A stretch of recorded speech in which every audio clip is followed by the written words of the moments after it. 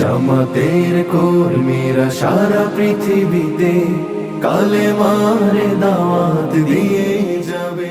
আমি দাওয়াত দিচ্ছি যে আসুন আগে আমাদের নফসের কাছে আমরা দাওয়াত দিই। আমরা যা জানি, যা বলি, সেই জানা এবং বলার প্রেক্ষিতে আমাদের আমলের মিল আছে কিনা। আমার সত্য কথা বলা, সত্যবাদী হয়ে দৃঢ়ভাবে প্রতিষ্ঠিত থাকা, সকল পরিস্থিতিতে আল্লাহর উপর তাওয়াক্কুল করা এবং ধৈর্য ধারণ করা, লেনদেনের স্বচ্ছতা, সততা বজায় রাখা, বহাল রাখা, কোনো ধরনের চাতুরির আশ্রয় কারো সাথেই না নেওয়া, মানুষকে সম্মান করা, আল্লাহর হক এবং মানুষের হকের ব্যাপারে নিজেকে সচেতন করা, কোরআনকে জানা, আল্লাহর পরিচয়, আল্লাহর হক আমাদের উপর কি আছে, একইভাবে মাখলুক এবং বান্দার কি দায়িত্ব আছে এটা বুঝে নেওয়ার জন্য কোরআনকে গভীরভাবে জানা, পড়া, বোঝা, আল্লাহ রসুল সাল্লাল্লাহু আলাইহি ওয়াসাল্লামের সিরা বা হাদিসকে সেই একই কারণে অনুসরণ করা, বোঝা, মানা, জানা, এই ঘাটতিগুলা পূরণ করে আমরা সামনের দিকে আগাই। তারপরে এই সমাজের মানুষ হিসেবে মানুষ জীবনে সবসময় সুবিধাজনক অবস্থানে থাকে না। মানুষ বিভিন্ন সময় বিভিন্ন কষ্ট, দুঃখ, পরীক্ষায়, মুসিবতে পড়ে।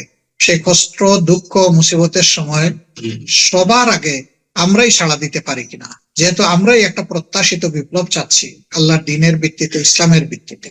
আমরা যদি সবার আগে সাড়া দিতে পারি, আল্লাহর ফেরেশতাদের দোয়া আমরা পাবো, আল্লাহ তাআলার রহমত আমাদের উপর বর্ষণ হবে, আমাদের চলার পথ সহজ হবে, মানুষের কাছে আমাদের দাওয়াত আকর্ষণীয় হবে এবং লোভনীয়, আদরের হবে, ভালোবাসার হবে, মানুষের মনোজগতে আমাদের দাওয়াতের প্রভাব, ইতিবাচক প্রভাব পড়বে। কিন্তু আমরা যদি এই কাজগুলা, যেগুলার কথা বললাম, এগুলার ব্যাপারে যত্নশীল না হই, তাহলে আমি যত বড় পণ্ডিত ব্যক্তি হই, যত সুস্থ আমার বক্তব্য হোক, আলোচনা হোক, যত উন্নত মানের উপকরণ, বইপত্র নিয়ে আমরা মানুষের কাছে যাই, এই দাওয়াতের কোনো রুহানি প্রভাব মানুষের উপরে পড়বে না। যে আপনার সম্পর্কে জানে, আমার সম্পর্কে জানে, সেই প্রশ্ন তার মনে সৃষ্টি হয়ে যাবে। সেই ক্ষেত্রে দাওয়াতের ক্রিয়া না হয়ে প্রতিক্রিয়া হবে। প্রতিক্রিয়া হলে তো মানুষ দূরে সরে যাবে, আমাকে ঘৃণা করবে, এবং এই কারণে আল্লাহর দ্বীনের নিয়ামত থেকে সে মাহরুম হয়ে যাবে। আর মাহরুম হওয়ার কারণ যদি সে আমি ব্যক্তিটি হয়ে যায়, আমার কারণে, আমার দুর্বলতার কারণে, আমার গুনাহখাতা, আমার অদক্ষতার কারণে, আমার আমানতদারের খেয়ানতের কারণে, আমার অসততার কারণে, তাহলে আল্লাহর দরবারে আমি দায়িত্ব এড়াবো কিভাবে? তখন তো আল্লাহর দরবারে আমি আটকা পড়ে যাব। এই জায়গায় আমি অনুরোধ করব যে আসুন এই দাওয়াতি অভিযানের অঙ্গীকার হোক। প্রথম দাওয়াতটা আমি আমার নিজের নফসকে দেব। আমি যা জানি নফসকে বলবো, এখন থেকে তোমাকে তা মানতে হবে। আমার বাসস্থানের প্রতিবেশী যে, তার হক আমার উপরে রয়েছে প্রতিবেশী হিসেবে, এবং প্রতিবেশীর হকের উপরে এত বেশি তাগাদা আল্লাহ রসুল দিয়েছেন, সাহাবায়ে কেরাম বলেছেন যে এক পর্যায়ে আমরা তো ধারণা করেছি যে প্রতিবেশীর হকের উপরে, সম্পদের উপরে প্রতিবেশীর হক আল্লাহ সাবিত করে দেন কিনা। এইভাবে প্রতিবেশীকে ইসলাম মর্যাদা দিয়েছে। প্রতিবেশী ইহুদি হলেও তাকে উপেক্ষা করা যাবে না, তারও সুবিধা অসুবিধা, বিপদ আপদে তার পাশে থাকতে হবে, তার কষ্ট দূর করার জন্য আমার সঙ্গত সামর্থ্যের ভিতরে সর্বোচ্চ চেষ্টা করতে হবে। এটা আমার উপরে তার হক, আর তার প্রতি এটা আমার দায়িত্ব। ঠিক পাড়া প্রতিবেশী, এরপরে কর্মস্থলে যেখানে আমরা আছি, সেটা সংগঠন হোক অথবা পেশাগত দায়িত্ব হোক, সেই জায়গায় অসংখ্য মানুষের সাথে উঠা বসা।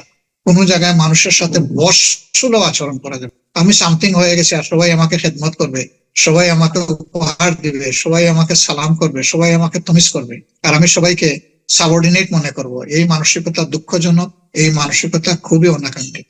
এই সংগঠনের মাধ্যমে আল্লাহ তাআলা এই জমিনের মানুষকে মুক্তি দেবেন।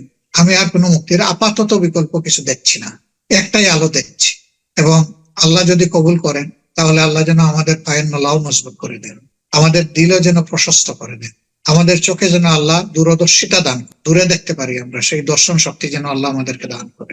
মগজ দিয়ে যেন অব্যাহত ভাবে ভালো চিন্তা করতে, মানসিক সংকীর্ণতা, জটিলতার, অপবিত্রতা থেকে আমরা যেন মুক্ত থাকতে পারি, মুক্ত হতে পারি। আল্লাহর কাছে আমি তৌফিকুল্লাহ কামনা করছি। প্রত্যেকটা ব্যক্তিকেই টার্গেট করে আমাদের দাওয়াত পরিচালিত হওয়া উচিত।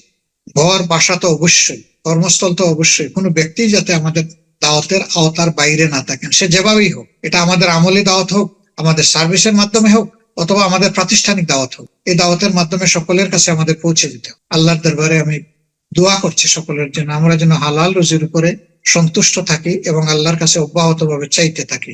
আমাদের ব্যবসা বাণিজ্যে যার যেখানে সমস্যা আছে, ভেজাল আছে, এগুলা যত দ্রুত সম্ভব আমরা যেন মিটাই ফেলতে পারি। যারা ইখলাসের সাথে আল্লাহর কাছে এর থেকে পরিত্রাণ পাবে, আল্লাহ তাদেরকে সাহায্য করবেন এটা থেকে বের হওয়ার জন্য।